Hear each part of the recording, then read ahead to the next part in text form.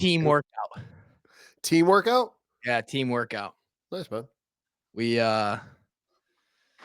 CrossFit has taken me to Miami next week. No, Or congrats. We there are a couple guys local that we qualified for a team workout, and we've been putting in practice because there is a few elements of exercising for sport that require like synchronicity. And it's kicking my ass.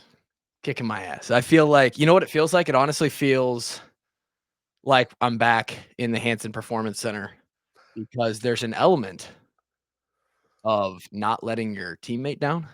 Huh. When you work out alone, it's like, this is just for me. I can get a little soft if I need to. No one's gonna care. But in that workout, you have a certain amount of work required that you're trying to finish, and if your teammates are like, "Hey, let's go. I'm good." Sometimes you gotta push a little harder than you want to. So, it feels like I'm pushing prowlers. We were teetering on the edge of a little like, "Oh my god, that feels like my first prowler workout today." Uh, but no, we are back. Coach Justin Lima is back in the new year. This is the extension of the 5-10-5 show. I'm happy to have Coach back.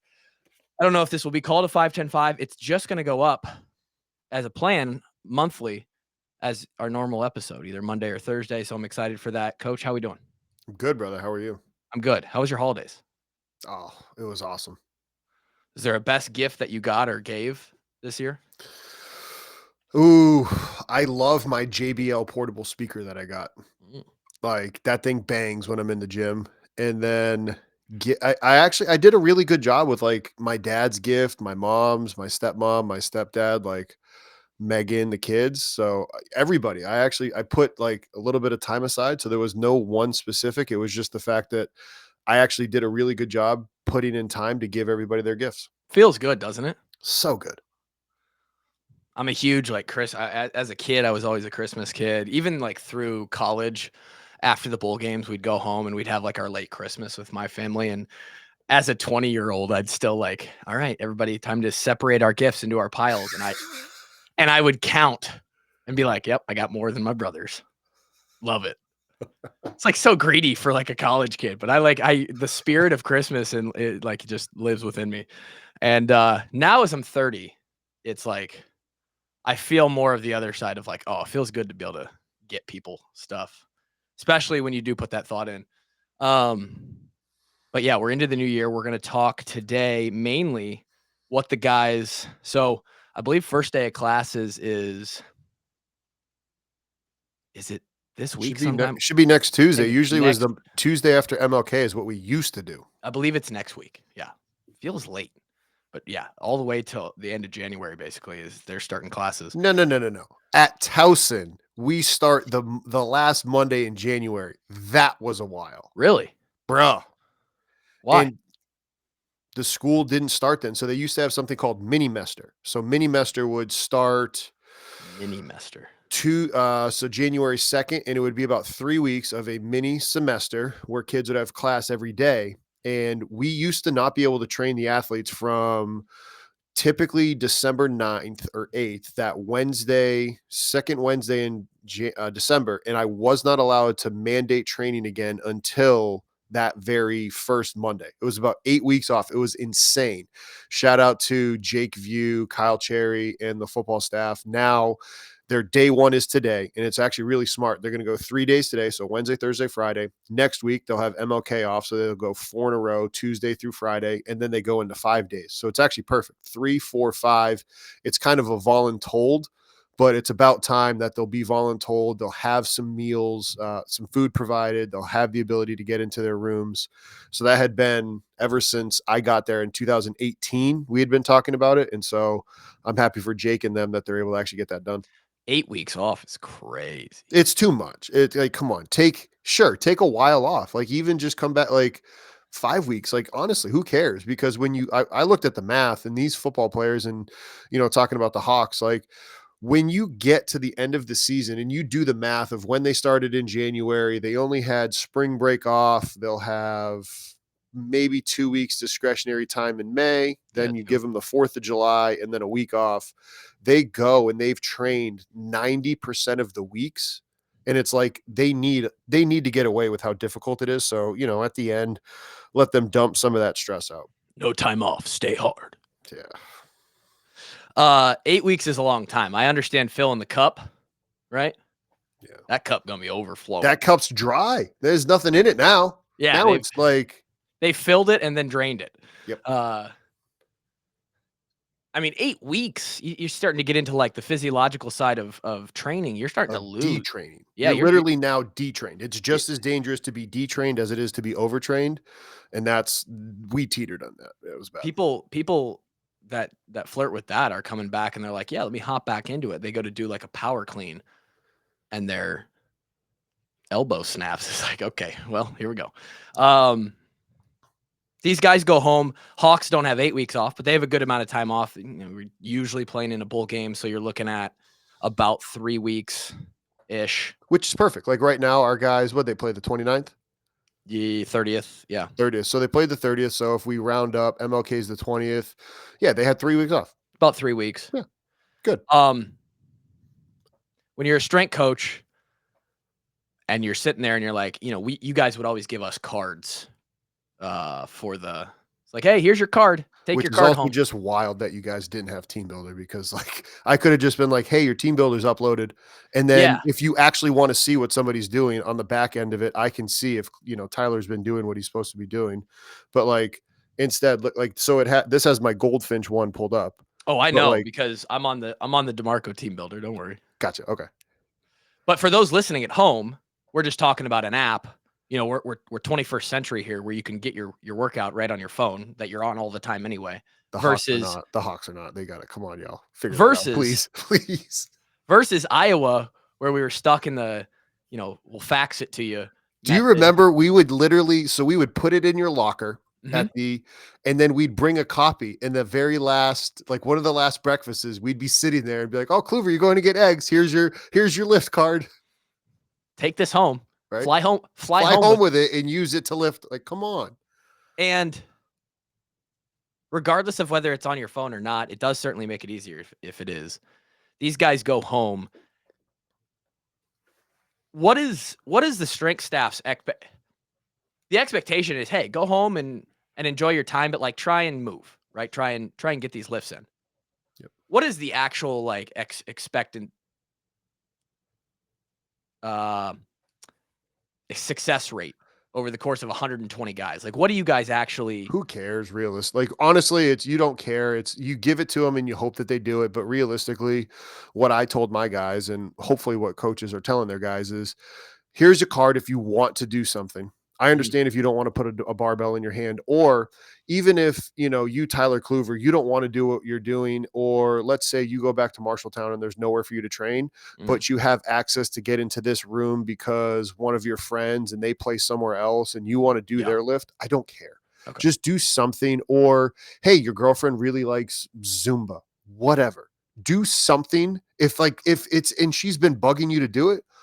Like now is your time to say yes. Cause when you look in the textbooks, this is your active recovery period. Yeah. So, I think we went overboard where like, we're still programming sets of 8 on squats a week. Like no one's going to do that. So don't program it to where they're going to be like, you're foolish for giving me this. Give them a card where it's like, hey, this is stuff that we usually don't do.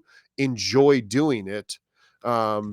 So that way, again, we talk about leadership capital. If I'm going to be telling you what to do and I'm going to be taking withdrawals from your ability to listen to me, I should be putting in some deposits, and you need to put some deposits of like, hey, just kind of do whatever you want. So Mm, you give the kid, and this is the dichotomy of it. You give the kids the lift card, but you also have to program as if nobody did it because you can't do too much too soon too fast, yeah. especially with these new kids coming in. So first 2 weeks during your transition period, you got to be very vanilla.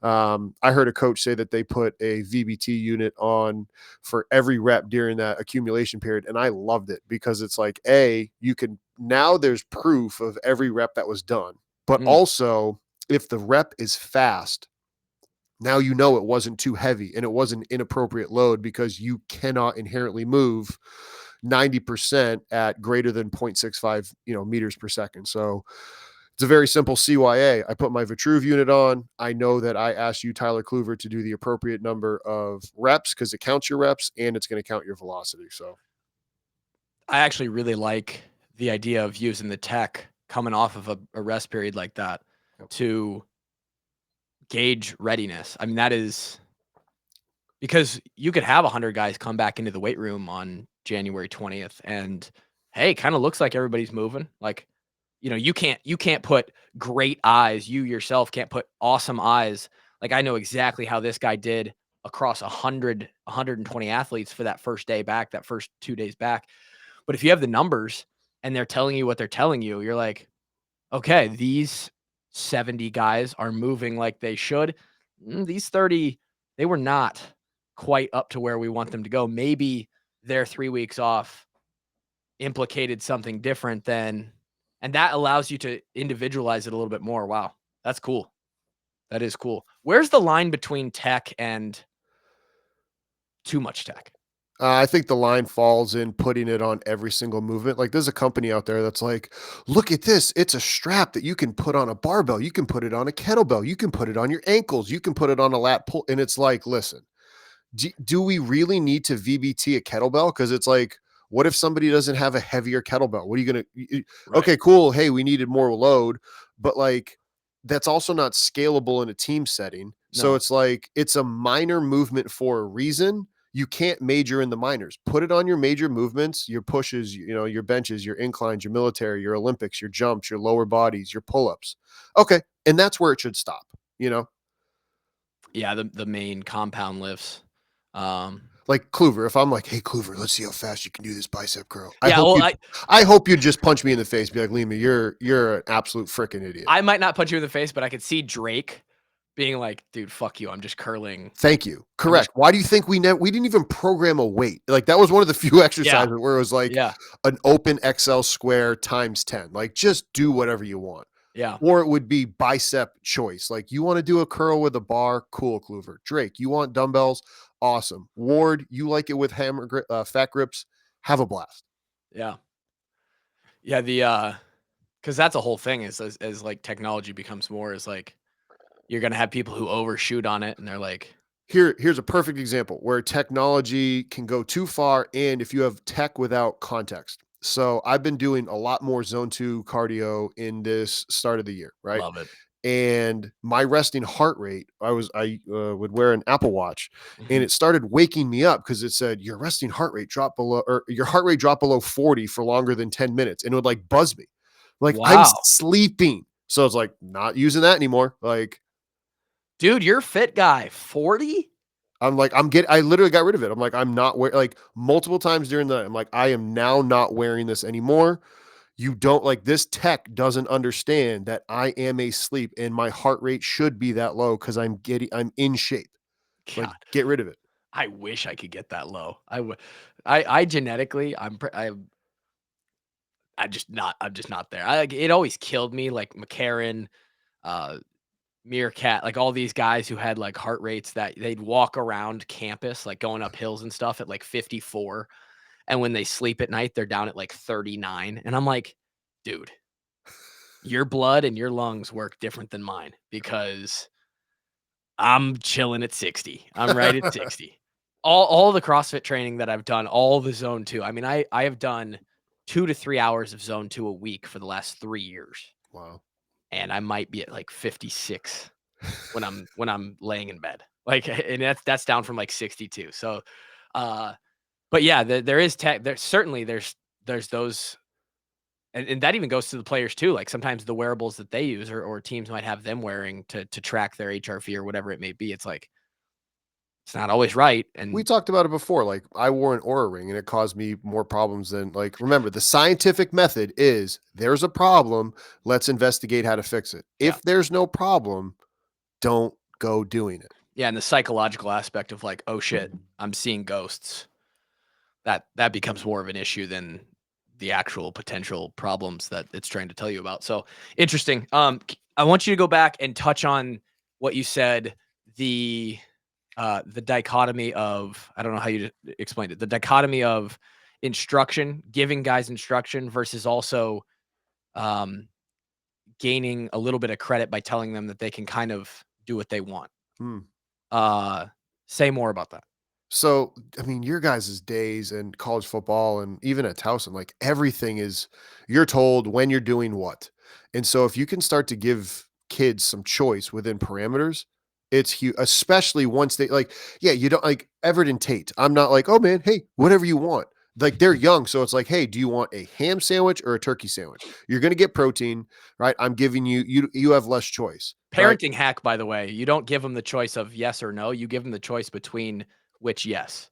And so it's like, all right, like, kid, like, so the whole point is you're not going to get as many choices when you're young because we have to establish trust. The older you get, it's like, hey, okay, you don't like this movement. Why not? Let's find a way to get the stimulus that we needed out of it. So if it's a heavy unilateral emphasis and you don't like going rear foot elevated, but you like doing this, or how can I work within our world? And a perfect example for me would be our quarterbacks or our kickers and punters. So my quarterbacks were not on a quarterback card. Each quarterback had their own card because I had some quarterbacks that when we cleaned, loved to clean. I had some quarterbacks that loved to hang power snatch. I had some quarterbacks that loved to barbell jerk. I also had some that liked to do dumbbell variations and do a dumbbell Mm, jump or a dumbbell snatch or a dumbbell push press. Some of them like to use a landmine. Same thing with my kickers and punters. So for their squats, whether it be pit shark, a goblet with a slant board, a back squat, a front squat, they really not all fit the same mold. And those three positions are so completely different than anything on the football field. So I gave them room within the box. Hey, you don't want to do a snatch? Cool, Aiden. You can do dumbbell box jumps and let's do some, overhead presses so we get the explosiveness at your legs and some overhead pressing that you're missing out there. But I didn't want to make Aiden O'Neill do what Pat Toomey was doing because Pat Toomey wanted to lift and Aiden didn't. But they yeah. did two different things. Or my quarterbacks were, Vinny Amendola loved to be a meathead and go and bench really, really heavy versus Chris Ferguson wanted the Swiss bar. Okay, cool. I Like think about Ryan Boyle, who had a big bench and liked benching, but then Uyghurs would do all of the accessory stuff to be like, yeah, I don't know if I want the bench to tighten my pecs so that my arms sort of internally rotate. Like he would, that's a cool way to put it. or CJ would high pull instead of catching a clean. Like, but Yeah. again, like that was where we still could have done it. Like we were just young. Like we could have done a better job with their training there too, and not making it where like, oh, the quarterbacks do this. Like, sure, give them a little bit more freedom, but you have to be really, really willing to relinquish the reins and trust your athletes. Which is why you do it down the road a little bit, or even with your younger freshmen, like, hey, I'm going to mentor you to do, like, you're a young quarterback. Cool. You're going to kind of follow what this person does. Notice how this parameters within it. And and you just explain it to them again. Hey, because of your position, you have a little bit more leeway in this individualization that we're leading you down. The psychological aspect of that is maybe what even like I'm obviously nerdy about all of those specific lifting examples too, but the psychological aspect is even more fascinating to me because you have this group, this demographic of young men, old children, young men. Great call. Old children. I'm stealing that. They're old children Old children. I am so stealing that. because that's really what they are. And maybe Correct. that's me being 30, looking back 10 years ago and We being were like, old children at one point though. So yeah, we were old children. yeah.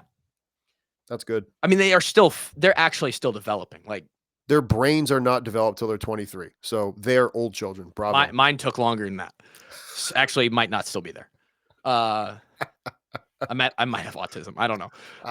I got some tism too. Don't I ask think my wife. She hates when I say that. I know, and my wife is a special ed teacher, It's and all a spectrum, and right, maybe my dial's turned down a little bit more the than fact others. that it is a spectrum makes me think everybody's on it. I agree. Like you're a one, yeah. Anyway, maybe a whole nother discussion. But and maybe this even I think a lot of this is actually what got Doyle in trouble too. Um, as an 18 to 22-year-old kid, it's hard for a lot of guys, most guys, at some point, even if it's just a little bit, to be told what to do Oh, yeah. 24/7. Yeah. That's tough. Yeah. Like, hey, I'm grown. Like I'm a big boy. I'm living by myself. I'm off at college. To interject, so when I was down at TCU, I heard Kaz tell the guys, if you still on mom or dad's cell phone plan, you ain't grown. You're not Shut up. grown. That was great. And mm, this is good. But you don't understand that when Yeah. you're in it. Just like you don't understand you're in a bad relationship when you're in the bad Sure. relationship, right? Or Like it takes longer to realize. Yeah. that was the example that, we learned and you guys taught about in Ego is the Enemy. Like when you're Yeah. in the moment and you're not detached from it, you can't see it. Yeah. And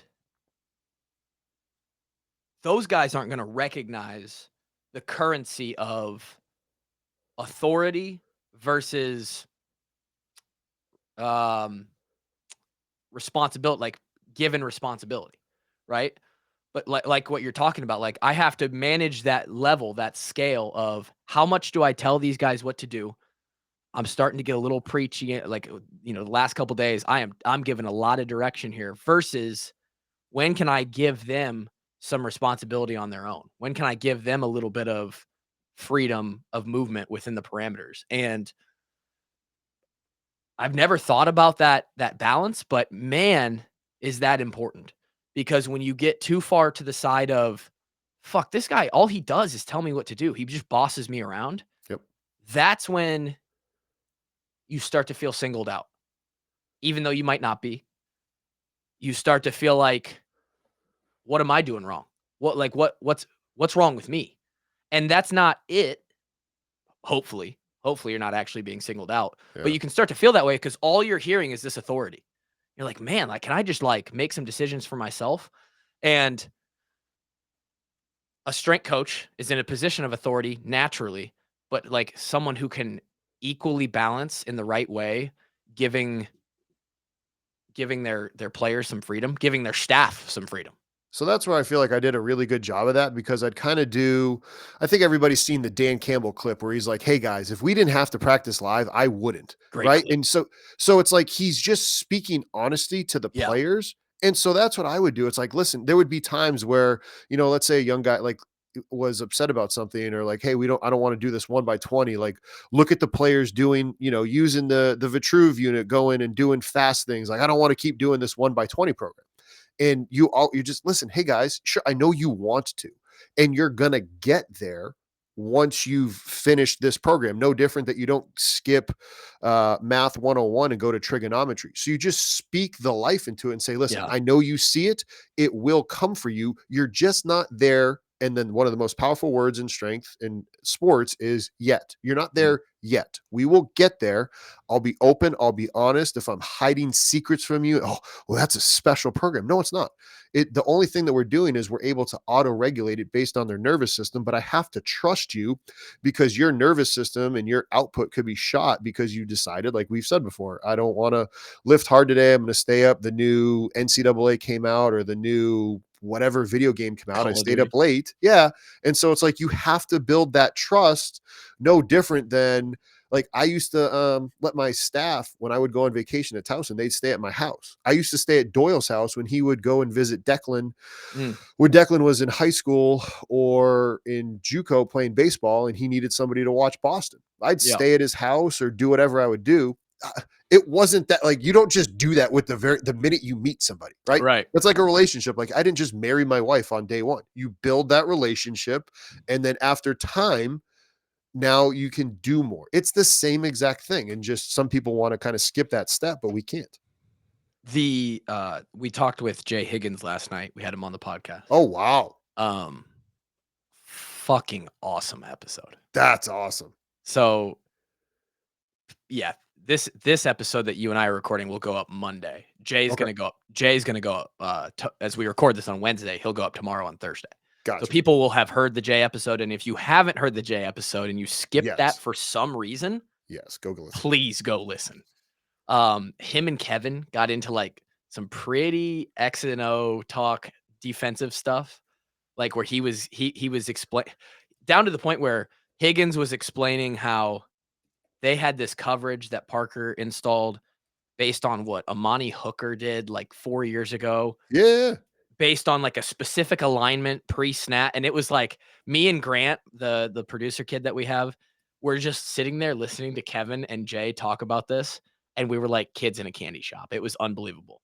But why I mentioned that was part of that conversation was Jay explaining how he was explaining why Coach Wallace was such a good linebacker coach. And the overarching concept was that he doesn't coach every single linebacker the same. In fact, he figures out quicker than everyone else and better than everyone else what each individual guy and what the tandem of linebackers he has starting at any point, what works best for them.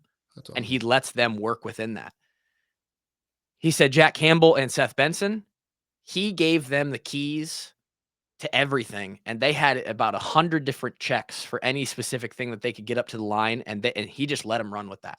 Whereas like Jay and Nick Jackson, the last couple years, they just wanted a call, get up to the line, go tackle the ball. And the way he explained it was like almost art. And Chef's kiss. it reminds me of what we just talked about was giving certain guys what they need to be successful and not always just coaching people the same way or addressing people the same way. And that's, man, that's pretty cool. It just, do you, as a coach, did you see examples of guys who understood that concept, who did sort of understand that concept of, I just don't know it all. And if I listen to the coach, like that, they just get it sooner. And then all of a sudden their progression and their, how well they're doing in the weight room or even in the classroom or just as a player on the team, it advances quicker because they understand the concept of I need to buy into the coaches. Like I need to give myself over to the coach and then let them coach. Jesus Gibbs, the kid that I have right here, the article of when he got back from his ruptured Achilles in 6 months. Like that kid. What did he play? D end 262. Ooh. Bro, but the best part about it was he just let himself be depressed for the first month. Like Yeah. understood that this was the severity of it. Yeah. And then was like, all right, let's go to work. And then he trusted Kyle Cherry, the head athletic trainer, and I to do our job. And we used the tech the right way. We used the isometric mid thigh pulls. Like, dude, you want to talk about nerding out? Like, we did isometric mid thigh pulls to see how it's like. Wait a minute, why are you doing a kind of a quad or a hip test? Well, okay, the calf has to be able to transmit force, and then we'll do a calf raise. We'll do a hamstring test. We'll all the different assessments. We'll do a acceleration run, a fly, a curve, a COD, like all the different things. And we had our Excel spreadsheet of, making sure that we touch this quality and we're not overlapping, but we're also not missing anything. And the kid trusted and would sleep and rest. And so by the end of spring ball, so he ruptured his Achilles in the season in 21. And then by the end of spring ball, in 22, the kid is literally playing, like doing one-on-ones and pass rush. My God. If we had a season, he would have been able to play. Side note, Achilles is like it's like my true fear. Same. It's like my one fear. That's why I like still do rudiment jumps just like all the time. Yeah. Yeah. And I do a lot of jump roping, like double unders for the CrossFit stuff. Yeah. And I've been trying to I've been bad at them. So I've been trying to do more and I can feel the Achilles get a little tight, get a little sore. And I'm like, oh no, it's coming. It's like, my time is coming. I have a golf ball under my desk that I'll just roll my feet to take care of that tissue all the time. So I never that's how petrified I am. Does rolling the bottom of your foot help with your Achilles? Yeah, because your Achilles and so your calf connects up because any of our listeners out there, muscle doesn't connect right to bone. It goes muscle, tendon, bone. And then when you lift, that muscle tendon connection becomes more pliable. When you jump and sprint, it gets more stiff. But again, it goes muscle, tendon, bone, fascia. So underneath your feet, that bottom of your foot, your plantar fascia, that obviously also connects back up where the bottom of your foot does. So real quick, if you roll out the bottom of your feet and stretch, you're going to notice that you have a little bit more length because you've improved the tissue on the bottom of your foot, which is why we would do all of the rolling out the minute we had the lacrosse balls and the rock mats and all that for you guys. Okay, well, I'm going to start using this foot roller 3 times as much as I have been then. There you go. So that's what roundabout conversation, a lot of stuff. Guys are coming off. Ideally, these guys come back filled up and motivated to this, to the to this spring session? Because this But is don't be a firecracker, right? Like, and that was another quote from one of my mentors, Drew Wilson at Maryland. yeah, Anybody can be a firecracker, boo, and then and be then done, fizzle. Yeah. right? Because I give a lot of credit. I loved what Ray said. Whenever we would get freshmen in, people would always be like, "Hey, how is so and so?" And he's like, "We don't know. We're meeting their representative. We haven't met the true them yet." If you think about it, this is Mm, who they're trying to show us something. This isn't who okay. they really are. We're Yeah. meeting their representative. So Wow. right now, weeks 1, 2, 3, GPP phase, still kind of vanilla. Week 3, it's new. You start to see in week 4 and week 5. So right Mm, now, everybody's gonna be excited. And that's always the message. Hey, great. I'm glad you're excited right now because a penny, like you can't get to that $5 million on day 30 without the penny. So you need the penny, you need the small thing, right? So let's be happy that you're here. But let's also remember it is still just a penny. Let's not freak out. Like, where are you gonna be in week 5 when it really kind of sucks? You're not at spring ball. We're not doing, skills and drills and getting ready for it. You're lifting 85, mm, 90%. And yeah. you look back on what you've done, and it seems like winter break was forever ago because it was 5 weeks, and Oh, it's the longest 5 weeks of your life. spring break is still 3 weeks away, and you're just like, that's why, remember, plant, cultivate, harvest, right? And that's why I think Jake Hillier's team name was Cultivate, because everybody's excited when you plant the seeds. Mm, Everybody's excited when you harvest it, right? But to cultivate the land is not as much fun, but that's what helps the healthy harvest. So I think it was Hillier's team. Maybe there was Cultivate, maybe it was Team Harvest. I can look it up, but I think it was Hillier and Pleva, their team name. was I on that team? It was the 2015 team. Shit. I don't remember. I'll look it up, but I got it. Do you have all that? All the Hawkeye champion. I got the whole thing, bro. I can't remember. I know that I was on uh Gervas's team my senior year.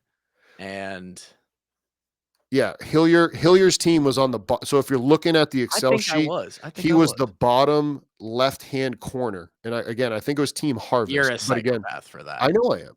Well aware. Um, that's insane. That's 10 years ago.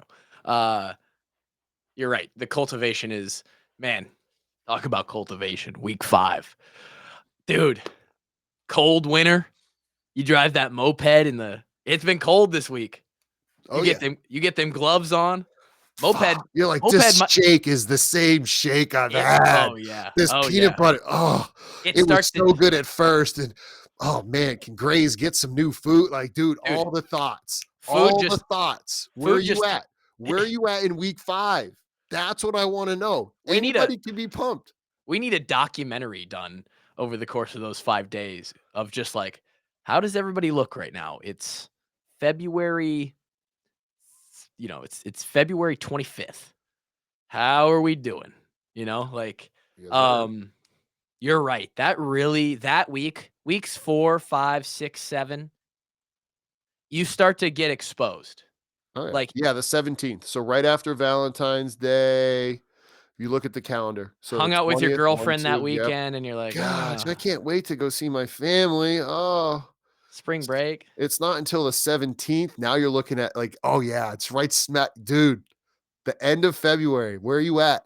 There is there's no 7-on-7. There's no skills and drills. It's still just speed, lift, condition. Oh yeah. You're staring down 8 sets of rope conditioning, freaking 48 sets of slide boards, and you can't even put the slippers on, and Doyle's yelling at you. God, that's PTSD right there, baby. Oh yeah. Uh, God, what else was bad? Flipping the tire? Maybe, I mean, if you're a pussy, you can't flip the big tire, but But then towards the end, we start now putting in, you got shuttles again. So you got 60s coming up. You got cut 85s. Then we created the 85 cut where it was run 55 yards, stop, run to the 15, run back. So yeah, like it starts to get spicy. it gets really spicy. Mhm. And you guys always did that, right? Or like the interns always tested those GPPs and The the run interns and us. So like it was me, Weissman, and DeMarco that came up with the 85 cut because it was like, hey, how can we make this harder? I was like, oh, cool. because you're putting the cuts in at the end of the rep where you're more fatigued. Correct. I love that. Like, you're tired. Let's make you more tired. Talk about Achilles tendons. Uh, and this is the hardest 8 weeks of training in the year, right? No? Heaviest. Heaviest. Heaviest. Heaviest. Yeah. Main emphasis to our listeners out there right now is increase movement capacity, increase movement quality, and increase strength. So fix any sort of dysfunction, pain from the season, and get really, really, really, really stinking strong. Then in the summer is when that's when y'all would say it's probably the worst because it's heavy stuff, but then the conditioning and agility is Yeah. priority number one. So that Fall because yeah. of the lactate, suck. I'd say people say summer's worse than spring. If you just really hate lifting heavy, then you probably would like if you're somebody that's like, I'll run for days. I hate the weight room. You'll hate January. And certainly guys are swayed to one side or the other of that. There's the other general stress of, I think there's no more practice, there's no more games, there's no football. There's You're nothing lifting. really in sight. Yeah. And so you get this feeling as an athlete, especially a young athlete, you're like, "Oh, our workload is Yeah. We should do nothing. The we season's over. We our should workload rest. like all we have to do is lift and go to class." But then you start this heavy lifting, like these are some serious workouts. And your body feels like, I don't feel as good as I thought I might. And you still have that class workload, which depending on who you are, again, this is student athlete to student athlete. That could be heavier on you than others, right? You Yeah. could handle that better than others. And if you're not good at handling the academic side of things, that's first 8 weeks of spring can be even more brutal. If you're someone who doesn't like school, me, then the summer was like, oh, no school. All I have to worry about is the training. It's a different sort of like, you still have that anxiety when you pull up to the complex every day. You're like, oh, I'm signing up for 3 hours of suck here. But at least it's just like physical effort and I don't have to worry about like math or biology or something, like so they're those two periods are definitely 2 8-week periods that I still wish I could for the walk-ons, I'd love to do like a little video series of like Kevin and Kluve return to Iowa City and they do workouts with the current team. I want to go back and work out with them so bad. Uh so you're trying to get super strong. And as far as you guys we'll kind of finish around here. Testing wise, how are we measuring that? Is there a specific metric that you guys are looking for in week 7 or 8 of that first 8 weeks of spring, right before spring ball? What I mean, we maxed out with sets of like up to 5 around Yeah, that and that time, was didn't we? kind of the mistake. I didn't like how the fact that they're giving bumps based off of a cluster is wrong. That's like those are such inflated maxes. So that was really Facts. wrong. So wrong. There's nothing dangerous about doing a 1RM testing if it's done properly. That kind of got a bad rap. But the movements in the weight room that we had on the record board, which if I ever took over Iowa football, that record board would come down just like the one at Towson football came down the No. minute I got hired. But the record board, it was back squat, bench, clean. Trap bar deadlift we would assess, but it wouldn't go into somebody's player profile. We then also had the 10-yard dash, the vertical jump, the 5-10-5. I like the 5-10-5. We let you guys brace. I liked how we had two coaches time it, and y'all would get the average of our two. Yeah. That was good. The 10-yard dash was flawed because it was Coach Doyle starting it all the time. And there's a huge difference between who's starting it versus who's not, which is why I love having somebody technically run an 11-yard dash where they just start 1 yard behind electronic 10-10. So there's no variability. It starts when you run through, it stops when you end through. I know it would skew everything, but it would actually make everything valid and reliable.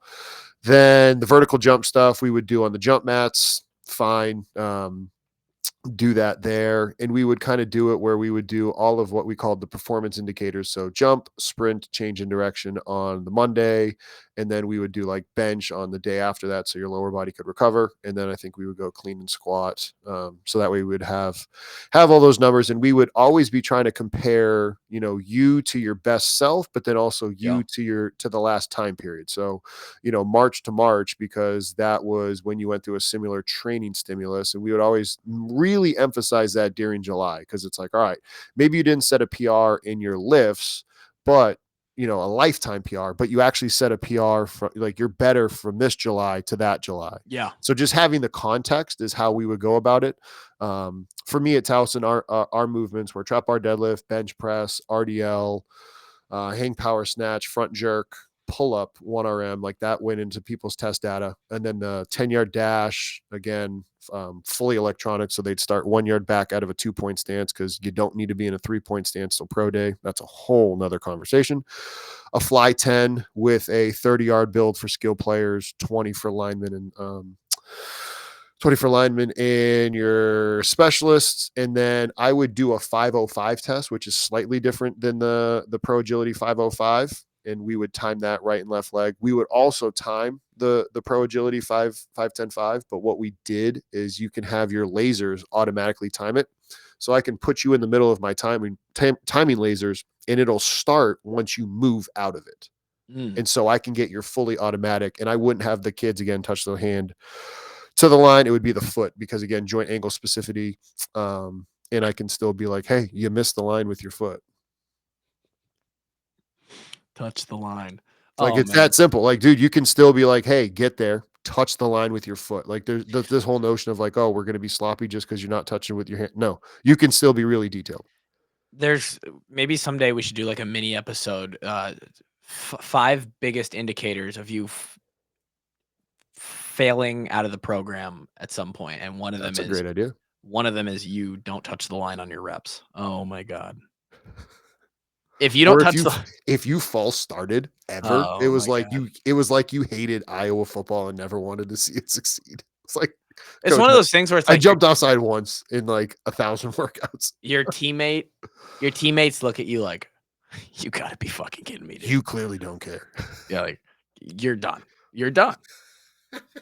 You're done." Okay? We as a team are voting that you're done. You're off the island. Yeah, you get voted off. You've been evicted. Um, last question. Do specifically for young guys who are trying to put on body weight and good size. I think specifically the one that comes to mind, like this year, best example, that Reese Vandersea kid receiver got some good reps early on in the non-conference and then kind of disappeared as an option Big Ten play. Like there's a level of like physicality and size that you just have to have. And he was a little bit behind that this year. Great frame, good natural talent, obviously, has to get bigger and more physical to play receiver in the Big Ten. Is this a time frame where, from the strength coach side of things, because you guys are monitoring this, guys start to put on some of that size a little bit easier out of the season? They don't have practice every day. Like, yeah, And they can get in a better sleep routine. And that the thing that I was going to say to you is it just starts with sleep. Because yeah, if we talked about the cup, right? If I don't put the plug in the bathtub for my kids to take a bath, it doesn't matter how much water is coming in. It right, will continue to drain out. yep. So if you're not sleeping, regardless of all the lifting and the eating you're doing, you're not going to maximize your gains. So getting into a better sleep hygiene, they'll be in a more consistent sleep pattern. This is where those kids will make that big leap. I wish someone would have just beat my ass freshman year and like brainwashed me into, dude, you need to sleep, because I didn't understand how important it was. And I've always been someone who loved my sleep, but like I got sucked into Netflix on my laptop on my in my bed at night, and I'd stay up till 11 or midnight like every night. And And then that's where your job now as the older players to try to talk to those players to, I hey, know, and then that's why you guys around the program are so important, to say, hey, help speed that process up of, hey, listen to the coaches. The one of the worst things as a coach is to hear your athlete say, you were right, coach. I wish I would have listened. I And you know want to just try to speed that up without ruining the fact that they had to go through that. So the Golden Hawk, like a lot of my buddies, Kevin, Josie, like all of them hit their Golden Hawk their freshman year. which is easy to do because you have a big, like, it's easy to get. It Like, should be. Yeah. I didn't do it because I missed like 2 or 3 of my marks, and it was because like I couldn't get stronger. No shit, I was sleeping 5 hours. Yep. And it's like, if I have one regret over my college career, like physically, it was like I didn't sleep for the No first year. regrets. No regret. No Not even regret. one letter. No regrets, dude. Good episode. Lot to think about. These guys are coming back. Very important time of year. And then not only that, but then with the transfer portal and all that we've talked about, there's new faces. You have to integrate them. Yep. That's a whole new we talked about the issues with who knows what they're coming from training wise, what their training age is, what they're comfortable with, their movement patterns, what they've been taught. So there's a lot going on the strength conditioning side of things. And there's not a lot of time, even though it feels long. This 8 weeks, you have to get prep for spring ball, which is a brutal time because the lifting doesn't stop and the practice starts back up, and they are long, tough practices. Coach Ferentz loves some practice, y'all. Sure does.